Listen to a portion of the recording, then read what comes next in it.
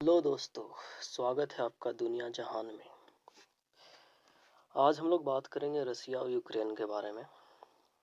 सब लोग जानते ही होंगे, अब तक तो जान ही गए होंगे, रसिया यूक्रेन में लड़ाई चल रहा है।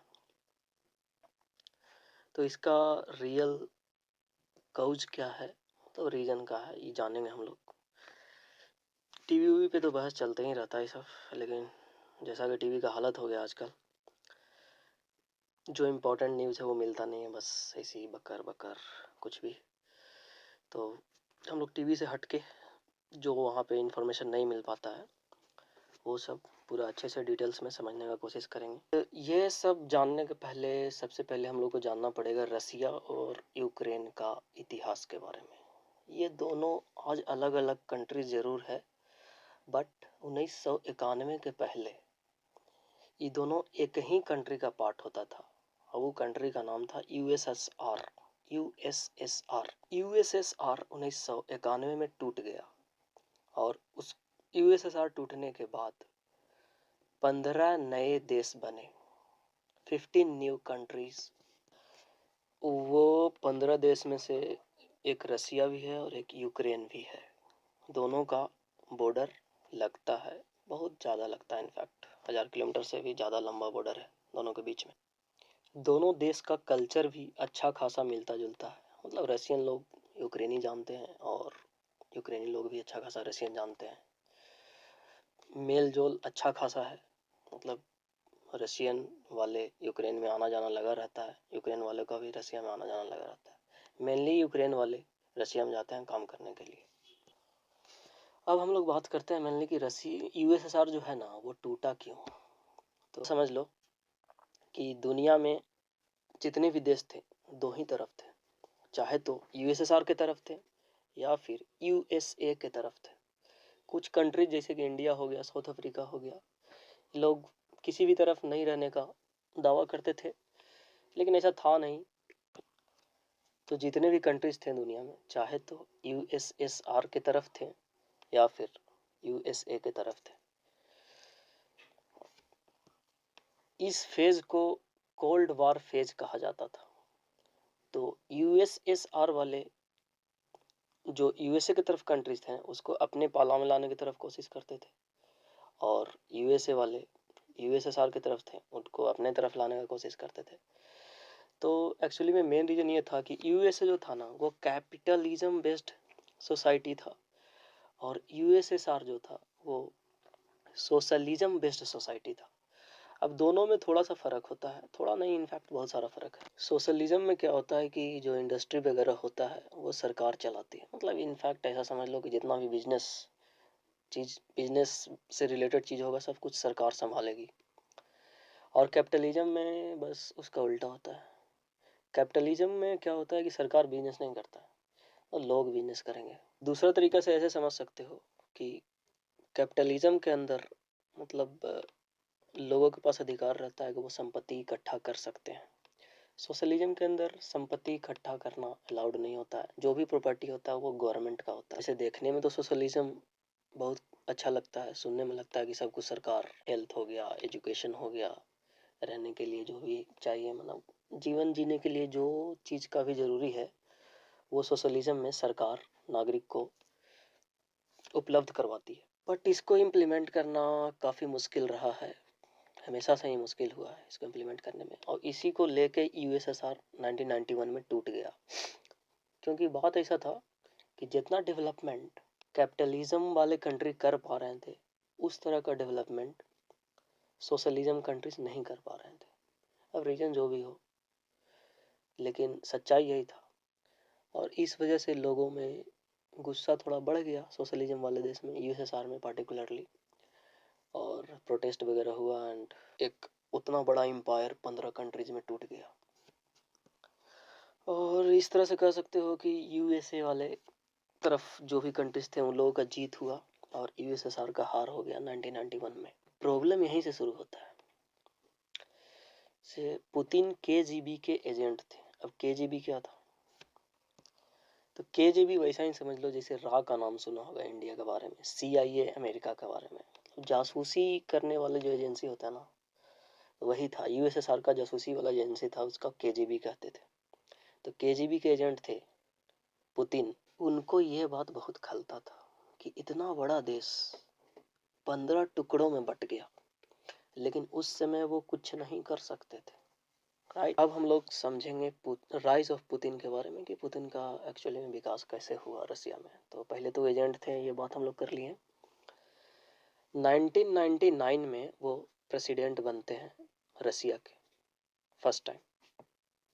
उसके पहले एक कहानी ये है कि एक्चुअली में चेचन्या एक राज्य है, रसिया का ही राज्य है। तो वहाँ पे आतंकवादी लोग बम ब्लास्ट ये वो थोड़ा बहुत करते रहते थे। मतलब एक तरह से ऐसा समझ लो कि चेचन्या वाला पार्ट रसिया से संभाल नहीं पा रहा था, and Putin was the leader there. उन्होंने जाके वहाँ पे संभाला, सब मैटर को सुलझाया और बहुत फेमस हो गए। चेचन्या कांड के बाद काफ़ी फेमस हो गए पुतिन। और उसके बाद इलेक्शन होता है रसिया में and he was elected the president.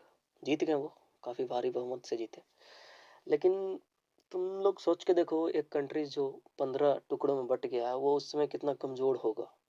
रसी पुतिन इस बात को समझते थे, उस समय वो जानते थे कि वो कुछ नहीं कर सकते हैं उस समय। लेकिन उनके मन में एक मलाल था कि हमारा इतना बड़ा देश था, इसको 15 पार्ट में डिवाइड कर दिया। वो इस बात को सोच के चलते थे, अगर कभी मौका मिलेगा हमको तो इसको यूनाइट करेंगे हम, मतलब अगर कभी हो पाया तो। लेकिन वो ये भी जानते थे कि ये करना इतना आसान नहीं होगा। तो वो अपना ताकत धीरे धीरे करके बढ़ाएं, दुनिया की नज़रों से दूर। सबको लग रहा था कि अब रसिया क्या करेगा, ये सर क्या करेगा, थोड़ी ना 15 घंटे में टूट गया है, बहुत कमज़ोर हो चुका है। पुतिन को भी पता था कि कमज़ोर तो हैं, लेकिन उनको ये भी पता था कि कमज़ोर हैं तो मजबूत भी हो सकते हैं। 1999 से लेके अभी तक, मतलब तुम देखो 20-22 साल हो ही गए होंगे, 20-22 साल तक लगातार अपना पावर को बढ़ाते गए, बढ़ाते गए। और ये अब टाइम आया है जब यूक्रेन पे वो हमला किए। देखो बात ऐसा है कि कोई नहीं जानता है कि रसिया क्या चाहते हैं, यूक्रेन को, मतलब पुतिन क्या चाहते हैं, यूक्रेन को अपने अंदर मिलाना चाहते हैं, रसिया के अंदर मिलाना चाहते हैं, या फिर कुछ और सोच रहे हैं वो।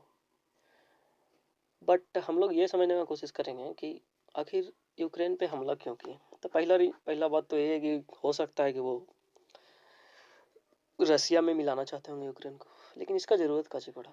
तो उसके पीछे का रीज़न है कि रसिया एक कोल्ड कंट्रीज है, ये तो दुनिया में सबको जानता है।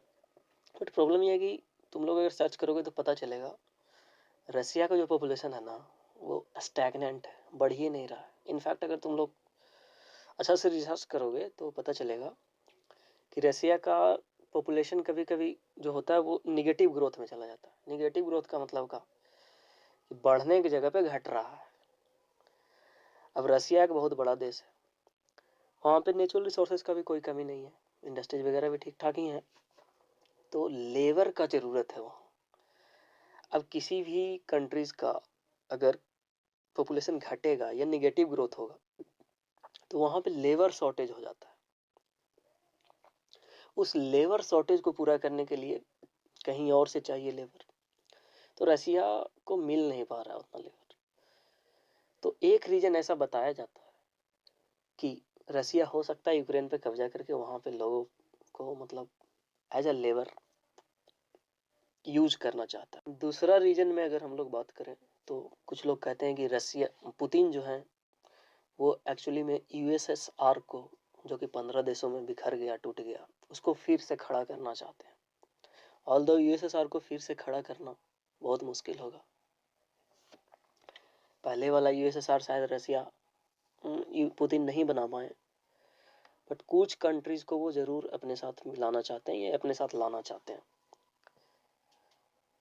जैसे कि बेलारूस हो गया, यूक्रेन हो गया, इवन कजाकिस्तान वगैरह जो है, उसी उज्बेकिस्तान यूएसएसआर का ही पार्ट था। सबको मिलाना तो संभव नहीं होगा, हो सकता है यूएसएसआर ना बन पाए, बट एक ग्रुप तो जरूर वो बनाना चाहते हैं। जैसे कि यूरोपियन कंट्रीज है, यूरोपियन कंट्रीज अपने आप में बहुत सारा देश है, मतलब ये वो देश नहीं है, तो वैसा ही कुछ खड़ा करना चाहते हैं शायद।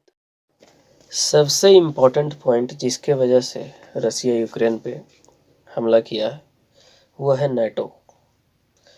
तो नेटो एक्चुअली में 28 यूरोपियन कंट्रीज़ और एक यूएसए और एक कनाडा, मतलब कि 30 कंट्रीज़ का एक ग्रुप है। ये क्या है कि मिलिट्री अलायंस है। ये ऐसा मिलिट्री अलायंस है जैसे मान लो कि 30 कंट्री है इसमें टोटल, 30 में से कोई एक कंट्री पे, कोई भी एक देश पे अगर दूसरा देश हमला कर दिया तो ये ऐसा माना जाएगा कि वो जो हमला है सिर्फ एक कंट्री पे नहीं है, वो सारे के सारे नेटो मेंबर्स पे हुआ। मतलब कि 30 कंट्रीज एक साथ उस दूसरे देश पे हमला करेंगे। यूक्रेन जो है ना वो नेटो का पार्ट नहीं है, लेकिन यूक्रेन नेटो का मेंबर बनना चाहता है और यूरोपियन कंट्रीज भी चाहते हैं कि यूक्रेन नेटो का मेंबर बन जाए। बट प्रॉब्लम यही है कि रसिया नहीं चाहता है कि यूक्रेन नेटो का कभी भी मेंबर बने, क्योंकि यूक्रेन अगर नेटो का मेंबर बन गया तो मतलब नेटो कंट्रीज़ का जितना भी वेपन्स हैं, मतलब हथियार हो गया, एटम बम वगैरह जो भी है, वो सब यूक्रेन में स्थापित किया जा सकता है। और वहाँ से मतलब रसिया के लिए एक बहुत ही खतरनाक स्थिति उत्पन्न हो जाएगा कि कभी भी अगर रसिया यूक्रेन पे हमला करता है तो सारे के सारे फिर 30 कंट्रीज़ जो नेटो वाले मेंबर्स हैं वो सब मिल कर रसिया पे हमला करेंगे। इस वजह से रसिया थोड़ा सा डरा हुआ रहता है और इम्पोर्टेंट भी है रसिया के लिए इनफैक्ट कि यूक्रेन कभी भी नेटो का मेंबर्स ना बने। तो ये जो लड़ाई है वो रसिया का एक तरह का मजबूरी है। देखो यहाँ पे एक एंगल और आता है कि रसिया कौन सा रीजन देता है। जाहिर सी बात है रसिया अगर गलती कर रहा है तो वो थोड़ी ना बोलेगा कि हम इसके लिए कर रहे हैं। रसिया रीजन देता है कि नाजिज्म बढ़ गया है। नाजिज्म बढ़ गया है कहाँ? यूक्रेन के अंदर। एंड उस नाजिज्म को ख़त्म करने के लिए हम इन्वेड किए हैं रसिया यूक्रेन में, ऐसा रसिया का कहना है। अब नाजिज्म क्या है? तो नाजिज्म वही है जो जर्मनी में हुआ था वर्ल्ड वॉर सेकंड के टाइम में। नाजिज्म एक्चुअली में क्या होता है कि अपने रेस को सुपेरियर मानना और कोई दूसरा रेस को इन्फेरियर मानना, यही होता है मेनली नाजिज्म का केस में। तो बहुत सारे रिपोर्ट्स ऐसा बीच में आया है कि नाजिज्म जो है ना वो नाजिज्म वाला जो कंसेप्ट है वो कुछ ज़्यादा ही रसिया में बढ़ गया। रसिया नहीं, यूक्रेन में बढ़ चुका है। तो ये ऐसा रीजन दिया जाता है, लेकिन ये रीजन असली रीजन नहीं है। असली रीजन वही है जो हम लोग पहले बात किए कि रसिया का जो ग्रोथ है वो निगेटिव हो गया है। पॉपुलेशन ग्रोथ बढ़ नहीं रहा है, तो उसको पॉपुलेशन चाहिए, मतलब लेबर चाहिए, उसके लिए आदमी चाहिए, तो उसके लिए कब्जा करना चाहता है। सबसे इम्पोर्टेंट वो है रसिया के लिए। और दूसरा, पुतिन जो कि केजीबी के एजेंट थे पहले, उनके मन में पहले से ही था ये कि हमको हो सकता है कि रसिया को, यूएसएसआर को फिर से खड़ा करने का कोशिश करें। पूरा तरह से तो शायद खड़ा ना कर पाए, लेकिन एक स्ट्रॉन्ग पावर यूएसए के खिलाफ जो लड़ सके, जो खड़ा हो सके, वैसा कुछ खड़ा करना चाहते हैं।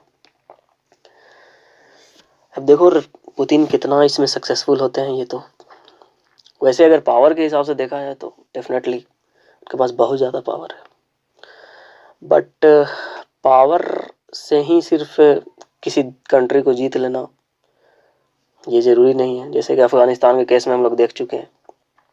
अफ़गानिस्तान के केस में क्या हुआ? 20 साल तक अमेरिका अफ़गानिस्तान पे मतलब कोशिश किया उसको कंट्रोल करने का, हो नहीं पाया। 20 साल बाद आखिर उसको भागना पड़ा। अब हम लोग आते हैं कि इंडिया को किसका साइड लेना चाहिए, यूएसए की तरफ जाना चाहिए या रसिया की तरफ जाना चाहिए। तो अगर हिस्ट्री अच्छे से पढ़ोगे और जानते होगे तो एक बात पता होगा कि यूएसए जो है ना वो कभी भी मतलब विश्वास प्राप्त ट्रस्टेड फ्रेंड के रूप में नहीं रहा है। और रसिया का अगर देखोगे तो जनरली वो ट्रस्टेबल रहा है, ट्रस्टवर्दी रहा है, मतलब उस पर विश्वास किया जा सकता है। यूएसए क्या है कि बीच में छोड़ के तुम्हें भाग जाएगा। रसिया जनरली ऐसा देखा गया, अगर तुम हिस्ट्री में उठा के देखोगे तो थोड़ा सपोर्ट करता है, साथ देता है।